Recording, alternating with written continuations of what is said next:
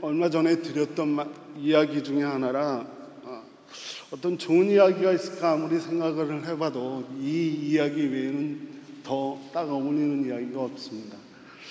어떤 목사님이 교회 부임을 하셨는데 교회에 이상한 그 분위기가 하나 있었어요. 뭐냐 하면 주일날 성도들이 낚시를 갑니다. 몇 번을 지켜보다가 목사님이 안 되겠어서 예배 시간에 제발 좀 주일날은 낚시를 가지 마십시오 라고 권면을 했답니다. 모든 성도들이 그 이야기를 따르도록 그렇게 결심을 한 것 같아요.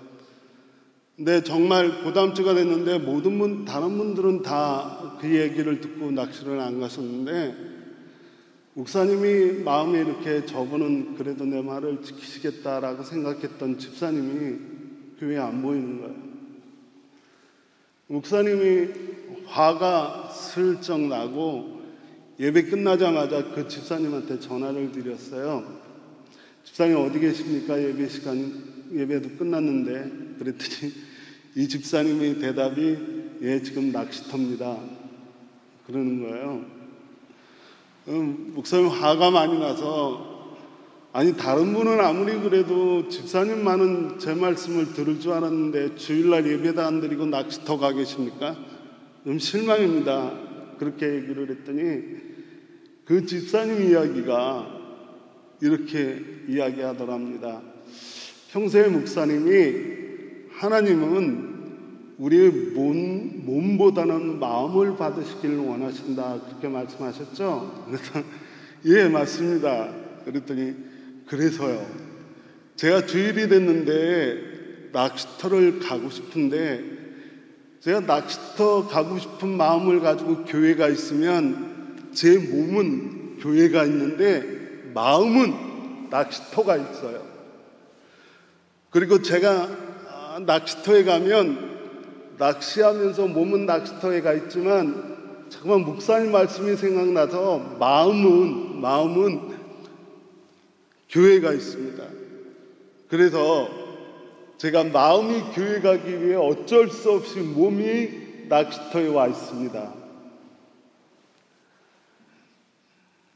무슨 얘기인지 잘 못 알아들으세요? 낚시터에 가서 몸은 낚시터 가서 앉아 있으면서 마음은 교회가 있으니까 됐다라고 하는 이야기입니다. 여러분의 마음은 어디 있습니까? 이런 질문을 가지고 오늘 말씀을 나누려고 합니다.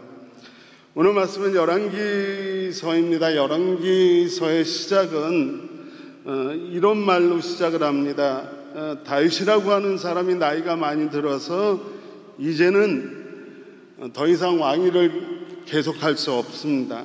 그래서 다윗 왕이 나이가 많아 늙었으니 이불을 덮어도 따뜻하지 않다라고 하는 말로 이 열왕기 상서는 시작을 합니다. 다윗 왕이 나이가 많이 들었다는 거죠. 그래서 다윗 왕이 다음 왕을 이제는 세워야 될 때가 됐는데 근데 마치 그 열왕기 상서 1장, 2장, 3장에 보면 아도니아라고 하는 다윗의 아들 이야기가 나옵니다. 이 아도니아라고 하는 사람은 다윗 왕의 4번째 아들입니다. 그러면서도 왕위 계승순위 1위입니다. 왜냐하면 그 위에 형들에 대한 이야기가 있기 때문에 그렇습니다. 다윗은 여러 명의 아들이 있었는데 첫 번째 아들의 이름은 암논이라고 하는 아들인데요. 암논이라고 하는 아들은 그 이복 여동생이었던 다말이라고 하는 여인을 범하는 바람에 그 다말 여인의 오빠였던 압살롬이 그 다윗의 장자였던 암논을 죽여버립니다. 그래서 다윗은 장자가 죽었어요. 그리고 두 번째 아들은 이 성경에 그렇게 많이 거론되지는 않습니다.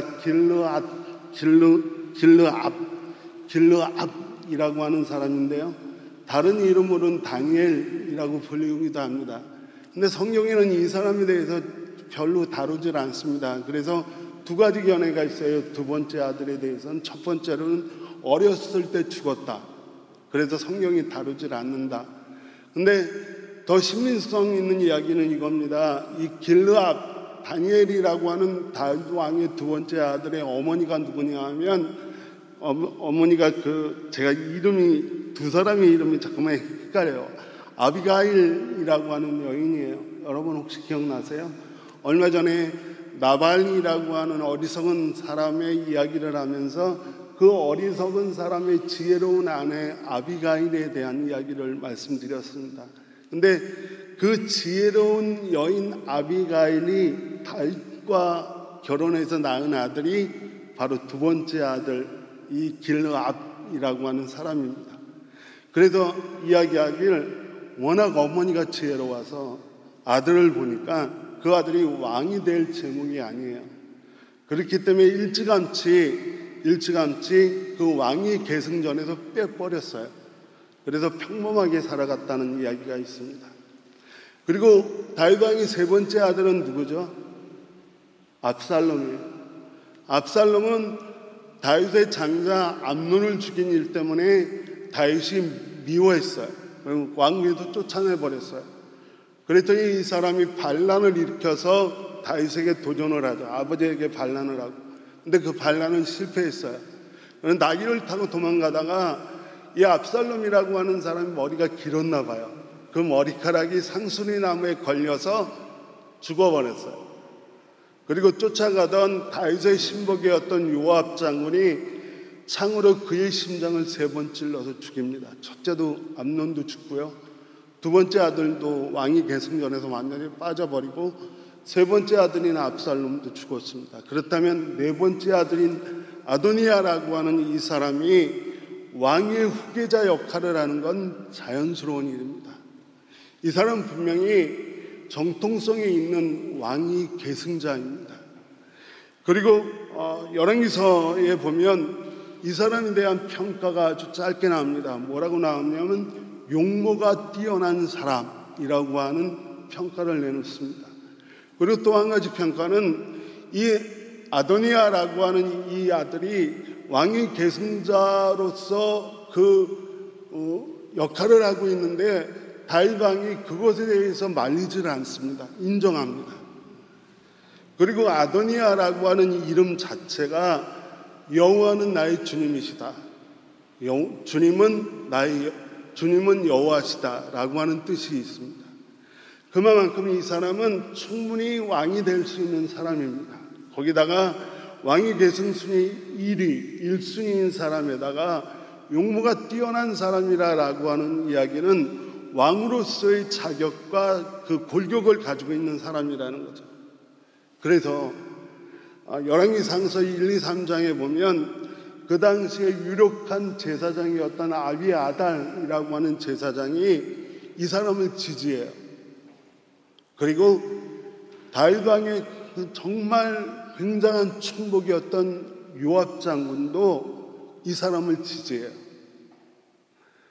그래서 이 아도니아라고 하는 이 사람은 충분히 그 자격에 있어서도 그리고 그 모습에 있어서도 그리고 그가 야망도 욕심도 그리고 꿈도 있었던 사람입니다. 그래서 치밀하게 계획을 세워서 이미 아비아달이라고 하는 제사장도 포섭해서 자기 편으로 만들고요. 그리고 요압 장군도 포섭해서 자기를 지지하게 만들 정도로 정말 이 사람은 왕이 될 만한 사람이에요. 그런데 저와 여러분이 잘 알고 있듯이 이 사람은 왕이 됐습니까?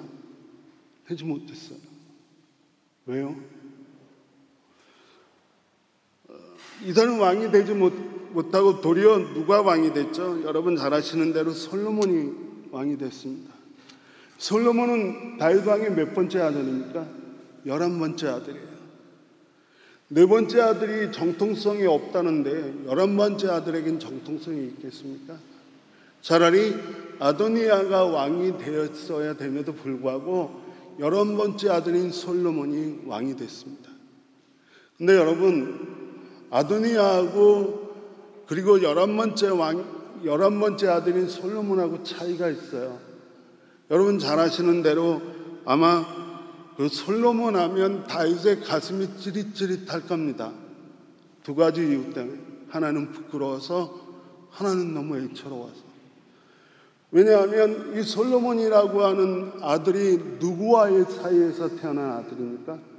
밧세바와 사이에서 낳은 아들이에요. 다윗은 밧세바를 얻기 위해 자신의 신복이었던 우리아 장군을 죽였습니다. 이건 다윗이 아무리 위대한 인물이었고 하나님이 기뻐하시는 사람이라고 할지라도 죄를 범했어요. 엄청난 죄죠. 여자 하나 얻기 위해 사람, 그것도 자신의 신복을 죽였으니. 분명히 성경은 이 죄악에 대해서 다윗을 단호하게 질책하고 책망하고 대가를 치르게 합니다.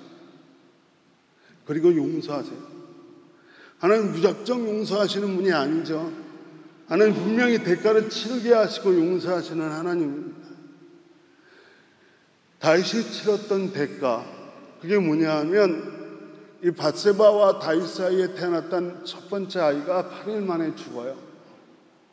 성경에 보면 밧세바는 어떻게 얻었는데, 그래서 그 밧세바와 사이에서 얻었던 첫 번째 아들이 죽은 걸 안고 다윗이 통곡을 해요. 그러면 뭘 생각했겠어요? 내 죄다. 그랬겠죠. 침상을 적셨을 겁니다. 그리고 여러분 아시는 대로 다윗은 그 아들이 아들을 죽이는, 압살롬이 장자인 암몬을 죽이잖아요. 이복 형이긴 하지만 형제지간인데 서로 죽이는 거잖아요. 그리고 형제 이복지간이지만 자기 딸하고 자기 아들하고 안 좋은 일이 그 원인이었잖아요. 근데 다윗은 자신의 장자를, 자신의 정말 사랑하는 아들 압살롬이 죽이고 나니까 정말 통곡을 했습니다. 이게 내 죄 때문이구나. 그리고 나서 압살롬이 반역하고 요압 장군이 압살롬을 죽이고 나서 보고하러 왔습니다. 반란한 압살롬을 죽였습니다. 그러자 다윗은 기뻐하지 않았어요. 성경을 보면 다윗이 압살롬아 압살롬아 그러면서 통곡을 했어요. 그리고 얻은 아들이 솔로몬입니다. 정확히 이야기하면 솔로몬은 불륜의 열매이고 죄악의 열매입니다. 여러분에게 묻겠습니다. 이 아도니아가 다윗의 왕위를 계승할 수 있겠습니까? 아니면 솔로몬이 다윗의 왕위를 계승할 수 있겠습니까? 우리가 아는 대로 분명하게 저는 아도니아가 더 정통성이 있다라고 생각을 합니다. 그럼에도 불구하고 하나님은 솔로몬을 선택하셨습니다. 그렇다면 우리는 오늘 하나님 왜 솔로몬을 선택하셨는지 물어야 됩니다. 하나님 왜죠? 하나님 왜 아도니아가 아니고 솔로몬입니까? 제가 생각하기에는, 인간적으로 생각하기엔 솔로몬보다는 아도니아가 더 왕위에 맞습니다라고 말씀드리면서 왜 그럼에도 불구하고 솔로몬이냐고 하나님 앞에 묻고 싶습니다. 그러나 하나님은 분명히 솔로몬을 선택하셨습니다. 하나님이 솔로몬을 선택한 이유는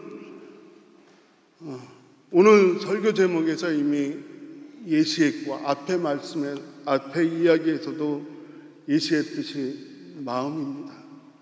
마음이요. 다윗이 왕이 될 때 생각을 한번 해보십시오.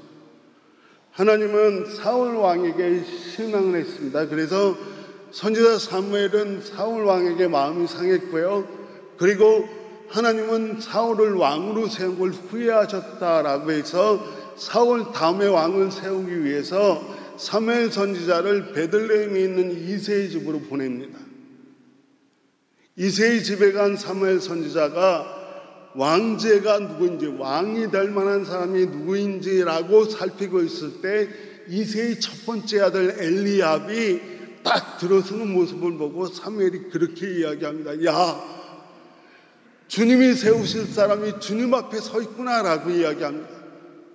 그 용골이 장대하고 키가 크고 정말 왕이 될 수 있는 엘리압이 딱 들어오니까 사무엘이 놀래요. 내가 이 사람을 왕으로 세우기 위해 왔구나. 그런데요, 사무엘상서 16장 7절에 보니까 그렇게 생각하는 사무엘에게 하나님이 이렇게 말씀하십니다. 너는 그의 준수한 겉모습과 큰 키만을 보아서는 안 된다. 그는 내가 세울 사람이 아니다. 나는 사람이 판단하는 것처럼 그렇게 판단하지 않는다. 사람은 겉모습만을 따라 판단하지만 나 주는 중심을 본다. 사람은 겉모습을 보고 판단하지만 나 주는 하나님은 중심을 본다라고 말씀하십니다. 마음이요. 우리 중심에 뭐가 있습니까? 심장, 헛, 이 뜨거운 가슴, 마음이 있습니다. 여러분, 가끔 그런 생각을 합니다. 하나님 여러분 창조하시면서, 그리고 저를 창조하시면서 하나님의 형상을 따라 창조하셨다 말씀하십니다. 그렇다면 제 어딘가가 하나님을 닮은 구석이 있다는 얘기죠. 사실은 오늘 아침에 거울을 이렇게 쳐다보면서 내 어디가 하나님을 닮았을까라고 해보니까요, 저 닮은 하나님은 저는 안 믿습니다. 저 닮은 하나님은 어떻게 믿겠습니까? 저 어디에도 하나님을 닮을 만한 구석이 없습니다. 못생겼잖아요. 말 못하죠. 그리고 성격 안 좋죠. 어디가 하나님 닮았겠습니까? 그럼에도 불구하고 우리의 이 못난 사람들 속에 하나님의 닮은 구석이 있다면 어디에 있겠습니까? 그건 마음이에요. 마음이에요. 목사는 직업이라고 치면 어쩔 수 없이 많은 사람들을 만나게 됩니다. 그렇게 오랜 기간은 아니지만 30년 넘게 수많은 사람을 만나오면서 제가 동일하게 느끼는 건요, 마음과 다르게 행동하는 사람은 있어도 마음이 약한 사람은 없습니다. 그래서 우리가 하나님을 닮은 구석이 있다면 바로 이 마음이에요. 더군다나 오늘 본문을 보면 이 마음 앞에 지혜로운 마음이라고 하는 단어가 붙어 있습니다. 지혜로운 마음. 여러분, 잠언서에서 성경은 분명히 이야기합니다. 여호와를 경외하는 것이 지혜의 근본이고요. 그리고 거룩한 일을 아는 것이 총명의 근본이다라고 이야기합니다. 하나님 오늘 본문을 보면 하나님은 이 다윗의 후계자인 솔로몬이 하는 이 이야기 속에서 지혜로운 마음, 지혜롭고 총명한 마음이 바로 솔로몬을 선택한 이유다라고 말씀합니다. 자, 오늘 본문을 간단히 설명하고 여러분 말씀을 나누려고 합니다. 오늘 본문은 아까 지금까지 쭉 얘기했던 모든 것이 다 정리하고 끝났습니다. 솔로몬이 왕이 됐어요. 근데 왜 솔로몬이 왕이 됐는지 우린 궁금해해요. 솔로몬이 왕이 되고 다윗은 죽었습니다. 다윗이 마지막으로 열왕기상서 2장에 보면 다윗이 죽어가면서 솔로몬을 왕으로 세워놓고 이렇게 이야기합니다. 너 대장부 돼 하고 유언합니다. 대장부 뭐죠? 큰 사람이 대장부가 아니잖아. 마음 넓은 사람이 대장부죠. 그래도 다윗이 솔로몬에게 마음 넓은 왕이 되라고 이야기하고 다윗은 죽었습니다. 그리고 아까 말씀드린 아도나이도 죽어요. 그리고 아도나이를 지지했던 제사장도 쫓겨나고요. 그리고 아도나이를 지지했던 요압 장군도 죽습니다. 그리고 다 정리가 돼요. 다 정리되고 솔로몬이 처음으로 한 일이 뭔지 아세요? 오늘은 3장의 10절부터 읽었는데 1절부터 시작하는 거예요. 솔로몬이 모든 게 다 정리되고 이제 내가 왕이 됐다 라고 하면서 그 솔로몬에 대해서 첫 번째로 기록하는 성경의 이야기가 솔로몬이 모든 게 다 정리되자 뭘 했냐 하면 뭘 했어요? 제단을 찾아다니면서 예배를 드려요. 번제를 드려요. 번제를 드리는데 그 번제에 드린 번제물의 수가 1000마리를 넘었다라고 되어 있어요. 성경에는 1000번제라고 하는 말은 안 나옵니다. 사람들이 만들어낸 말이에요. 그렇지만 분명한 것은 솔로몬이 모든 게 다 정리되고 나서 처음으로 한 일이 뭐냐 하면 1000군데를 찾아다니면서 하나님 앞에 예배를 드렸어요. 1000군데를 찾아다니면서. 여러분, 우리가 매주 한 번 예배를 드리면 1000번 예배 드리려면 몇 년 걸리시는지 머리 싹 계산해 보세요. 몇 년이요? 20년이요.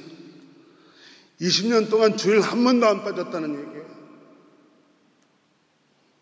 하루에 한 번 예배 드리면 3년 동안 매일같이 한 번도 안 빼먹고 예배 드렸다는 거예요. 아침, 점심, 저녁으로 예배 드렸다면 1년 동안 한 번도 안 빠지고 아침, 점심, 저녁으로 예배 드렸다는 얘기예요. 숫자가 중요한 게 아니라 제가 드리려고 하는 마음은 이런 게 가능했다. 무엇 때문에 가능했을까? 이 가능한 이유는 바로 솔로몬의 마음이에요. 마음이 없이는 이런 일이 가능하지 않습니다. 하나님을 향한 마음이 있는 사람이 가능한 일이에요. 하나님을 향한 모든 게 다 정리하고 나서 솔로몬이 처음 한 일이 바로 그거예요. 하나님을 향해 내 마음을 표현하는 것. 그 방법 중에 하나로 1000번의 제사를, 1000번의 예배를 드리기로 결심하고 흔들리지 않은 마음으로 1000번 넘는 예배를, 번제를 하나님 앞에 드렸습니다. 하나님을 향한 마음. 결국 하나님은 그 마음을 받으셨죠. 그래서 하나님이 1000번의 번제를 끝나고 나서 솔로몬에게 묻습니다. 내가 너에게 뭘 줄까? 나에게 구하라. 그러자 솔로몬이 이렇게 대답합니다. 여러분 가지고 있는 성경 오늘 보면 바로 앞에 열왕기상서 3장 6절에서 9절까지 솔로몬이 하나님이 1000번의 번제를 드린 솔로몬에게 나타나셔서 내가 너 뭘 줄까? 라고 묻는 그 물음에 대해서 솔로몬이 이렇게 대답합니다. 주님께서는 주님의 종이요 나의 아버지이신 다윗이 진실과 공의와 정직한 마음으로 주님을 모시고 살았다고 해서 큰 은혜를 베풀어 주시고 또 그 큰 은혜로 그를 지켜주셔서 오늘과 같이 이렇게 그 보좌에 앉은 아들까지 주셨습니다. 그러나 주 나의 하나님, 주께서는 내가 아직 어린 아이인데 나의 아버지 다윗의 뒤를 이어 주님의 종인 나를 왕이 되게 하셨습니다. 나는 아직 나가고 들어오고 하는 처신을 제대로 할 줄 모릅니다. 주님의 종은 주님께 선택하신 백성, 곧 그 수를 셀 수 없고 계산할 수 없을 만큼 큰 백성 가운데 하나일 뿐입니다. 그러므로 주님의 종에게 지혜로운 마음을 주십시오. 지혜로운 마음을 주십시오.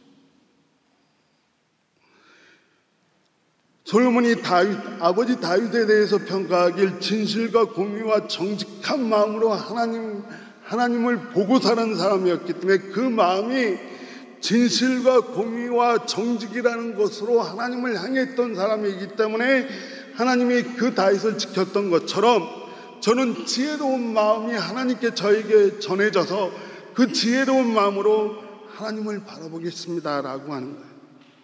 그러자 10절에 주님께서 솔로몬이 이렇게 청한 것이 어디에 들었다? 마음에 드셨다. 우리가 하나님 닮은 구석이 있다면 마음이고요. 우리가 오늘 하나님을 만날 수 있는 접점이 어디냐고 물으신다면 마음입니다. 지금 다윗은 하나님과 마음과 마음이 맞았어요. 만나고 있어요. 그러자 하나님은 다윗에게 대답하시죠. 그래? 그러면 네가 정말 내 마음에 드는구나. 그래서 내가 너에게 이제부터 네가 원한 그 지혜로운 마음을 주겠다. 지혜롭고 총명한 마음을 주는데 그것만이 아니라 플러스 부귀와 영화를 주겠다. 그것도 부족하다. 보너스 하나 더 줄게. 14절에 내가 오래 살도록 해주겠다. 장수까지. 여러분, 이제 우리는 대답을 해야겠습니다. 하나님이 왜 아도니아가 아니라 솔로몬을 선택하셨을까? 성경은 그 물음에 답하기 위해 솔로몬의 이야기의 첫 번째 바로 이 이야기를 씁니다. 왜 하나님이 솔로몬이었냐 하면 하나님을 향한 그의 마음 때문입니다. 하나님을 향한 그의 마음 때문에. 하나님은 오늘 우리의 다른 걸 원하시지 않습니다. 하나님은 오늘 우리의 마음을 원하십니다. 우리의 마음이 하나님을 향하길 원하십니다. 우리의 마음이 하나님을 향해 우리의 마음이 열려지면 하나님은 그 마음을 열으시고 우리에게 다가오십니다. 목사를 하면서 수많은 사람이 어떻게 하나님을 경험하냐고 저에게 묻습니다. 하나님을 경험하는 방법이요, 바로 우리가 마음을 열고 하나님을 향한 마음을 가질 때 그 열려진 마음을 향해 하나님의 마음이 다가옵니다. 지난 한 주간 이 말씀으로 오늘 말씀을 정리하려고 합니다. 솔로몬 같은 지혜로운 마음, 하나님을 향한 마음이 저와 여러분에게 있길 주님의 이름으로 축원합니다. 거기에 플러스에서 영광과 존귀가 주어지든지 아니면 보너스로 장수까지 주어주시든지 그건 하나님의 일이고요. 우리에게 오늘 있어야 될 것은 솔로몬처럼 하나님을 향한 마음이 저와 여러분에게 있길 주님의 이름으로 축원합니다. 그러면서 지난 한 주간 동안 저는 아침에 교회는 별관에 나와서 옥중서신을 소리내어 읽으며 묵상했습니다. 사도 바울은 로마의 차가운 감옥 바닥에 엎드려서 자신이 사랑하는 에베소 교회와 에베소 교회 성도들에게 편지를 씁니다. 사도 바울은 그 차가운 로마의 그 감옥 바닥에 엎드려서 자신이 사랑하는 빌립보 교회와 빌립보 교회 성도들에게 편지를 씁니다. 죽음이 다가오고 있음을 예감하며 사도 바울은 감옥의 그 차가운 바닥에 엎드려서 아주 개인적으로 자신의 믿음의 동지라고 불리우는 빌레몬에게 개인적인 편지를 씁니다. 마치 차가운 눈을 뚫고 올라온 해당아처럼요, 마치 우리 민족처럼 아무것도 잘할 수 없는 절벽에 뿌리를 내리고 솟아난 소나무처럼 그 불굴의 신앙을 가지고 차가운 그 감옥 바닥에서 뭐라고 쓰는지 압니까? 이렇게 씁니다. 대표적인 구절이 빌보서 4장 3절에서 7절입니다. 이 말씀을 읽고 오늘 말씀 마치려고 합니다. 주님 안에도 항상 기뻐하십시오. 다시 말합니다. 기뻐하십시오. 여러분의 간영을 모든 사람에게 알리십시오. 주님께서 가까이 오셨습니다. 아무것도 염려하지 말고 모든 일에 오직 기도와 간구를 하고 여러분이 바라는 것을 감사한 마음으로 하나님께 아뢰십시오. 그리하면 사람의 헤아림을 뛰어넘는 하나님의 평화가 여러분의 마음과 생각을 그리스도 예수 안에서 지켜줄 것입니다. 아멘. 우리가 하나님 앞에 감사함으로 하나님께 아뢰면 하나님은 사람의 그 헤아림에 넘어선 헤아림으로 우리에게 하나님의 평화로 말미암아 우리의 하나님을 향한 이 마음과 그리고 이 생각을 그리스도와 예수 안에서 지켜주신다라고 말씀하십니다. 오늘 여러분 마음 안에 일어나고 있는 그것 잊지 마십시오. 하나님이 그 마음을 끝까지 지켜주시길 기도합니다. 기도하겠습니다. 하나님 감사합니다. 함께 해주셔서 오늘도